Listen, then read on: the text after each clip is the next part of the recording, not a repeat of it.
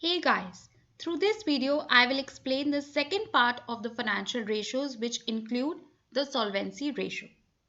Now before understanding what are the solvency ratios and what are the different types, it is important to understand a difference between liquidity ratio and the solvency ratio.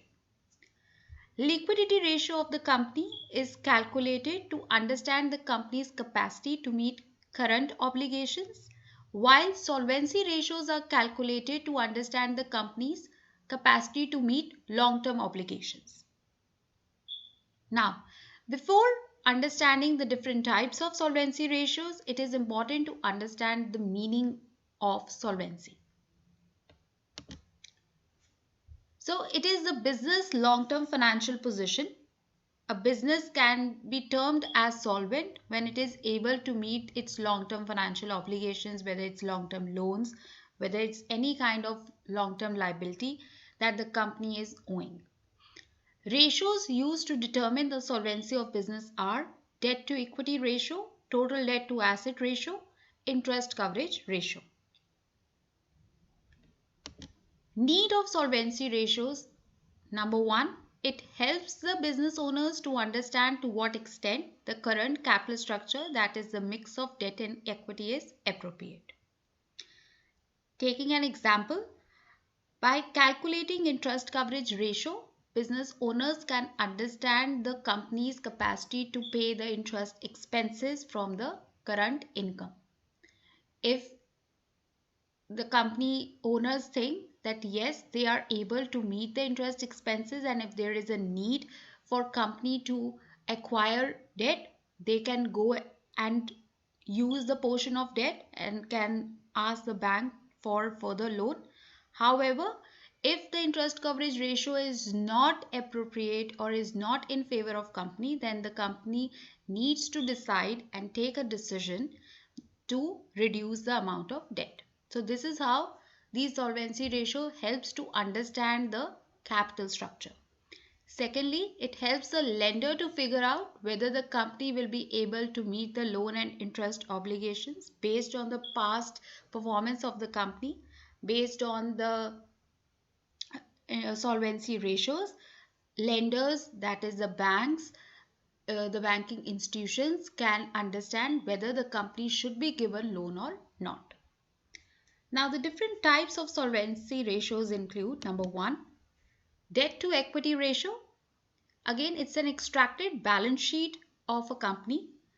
Total liabilities is given, total equity is given. Debt to equity ratio is equal to total liabilities divided by the total stockholders' equity, which comes out to be 89%.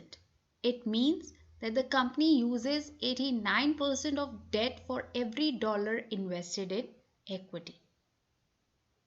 That is, while generating funds for the company operations, company is using 89% of the debt for those operations as compared to the every dollar investment in the form of equity. Now, usually a lower debt to equity is better.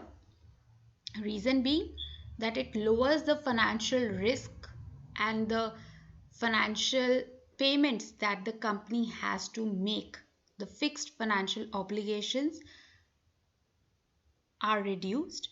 However, while comparing or interpreting, it is necessary that the companies are from the similar industry, because a company under the manufacturing industry will have a higher portion of debt to equity as compared to the company under the service industry. Reason being, a manufacturing company will have more plant and equipment, need of factory outlet, and other expenses that will require debt as compared to the service company.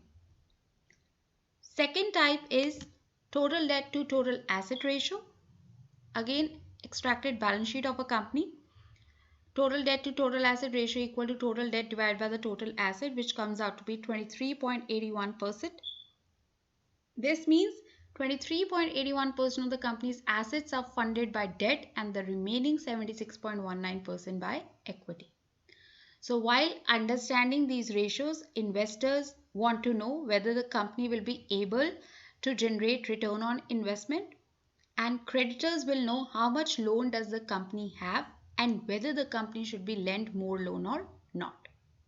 Reason being, if most of the assets are being funded by debt and there arises a situation where the interest charges of the company increases, then in that case the financial risk will increase and a greater reliance on debt will increase the risk of payment default by the company. Last is the interest coverage ratio. It helps to understand the company capacity to meet the interest expenses on the outstanding debt. Formula is earning before interest and tax divided by the interest expense, which comes out to be 6.69 times. This means company can pay interest payment 6.69 times from its operating profit. Higher the interest coverage ratio, better it is because it illustrates a strong financial health. This means company have more capacity to meet the interest obligations. But it may be a possibility that the company is avoiding opportunities to expand and reduce the amount of debt. So the better way to understand the interest coverage ratio is to have a trend analysis by looking at the performance of the company over the years.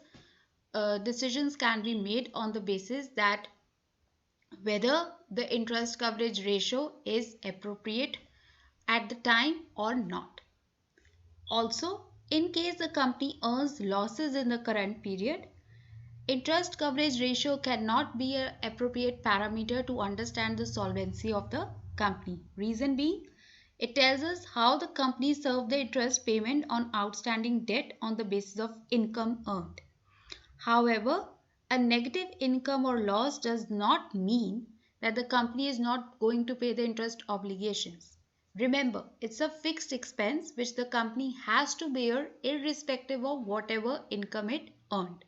So, during the time of losses, company will pay interest expenses using the existing cash reserves. However, at that time, interest coverage ratio cannot be commuted and can be a parameter to understand whether the company is solvent or not.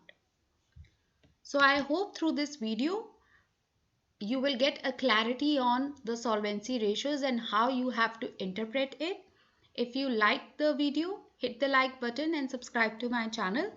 In the next video, I will be talking about another type of financial ratios. Thank you.